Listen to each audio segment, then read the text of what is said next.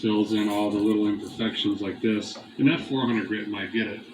And the reason I keep saying 400 grit is usually, rule of thumb, most enamels and base coats want somewhere around 400 to 600 grit. Usually don't want to go higher than that because you don't have that scientific adhesions. And unfortunately, fellas, you might have to read some instructions. I know. It's just the way she goes. Some little tips here, and again, I'm not a body guy, but just some things that I've learned doing stuff like this. I mean, help me understand this. It looks like hail damage horizontally. Anyway. This is the only Bondo in it, but as you're moving through your vehicle, you should have your marker on you, and you're marking all the lows and highs, so you only have to do it once, because if you go through the whole truck, and then you come back around it again to mark all the highs and lows, you're doing twice the work, basically. I use X's and O's. I don't know, other shops use dashes and dots and doodads and binary code and whatever. I don't know, just whatever works. Write high on it and low, just something so you know. All this here is just an absolute nightmare, but again, I'm hoping that inline file will just kind of make this the bestest of the worster. But when this gets shine on it and you get down like this, it's just gonna look not, I might ease out of the hardener a little bit so it's not so shiny, is what I'm saying. For some reason, this Bondo here, it was like this for some reason, and completely unnecessary. This is about all I needed, and I'm not even so sure that this is needed here. I haven't put a straight edge on it, but I'm not going to spend the time on it. That's going to be pretty well good enough. The roof is in really good shape, not a single dent, and same with the hood, actually. The doors are a mess. If I was rebuilding this truck, I would probably consider sandblasting this door and maybe even doing a skin, but it's been kicked in a couple different times. There's a ton of highs and lows. There's some rust in it. So it might even be worth just snipping it off here maybe and doing a lower skin. And this other door has the old, I got some groceries in my arm, so let's throw my hip at the door and close it.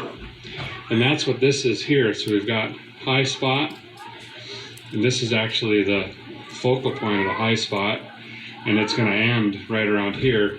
So all of this is a low spot, which means at some point this was caved in and then probably popped out. And then we've got another big dent down here. I have a suction cup I'm going to throw on here and see if I could boop, boop, try to bring that out a little bit if we can. But again, I'm not too worried about it because, there's that. On to the 400 grit, and then hopefully either late tonight or early tomorrow morning, 7 o'clock, somewhere around there, get some light in the shop. I'll be putting some primer sealer on this because you got to let that dry up.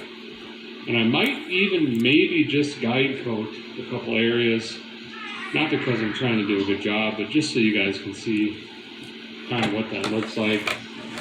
That way when my brother drives it, he's not calling me every day cursing me out because the hood goes like this.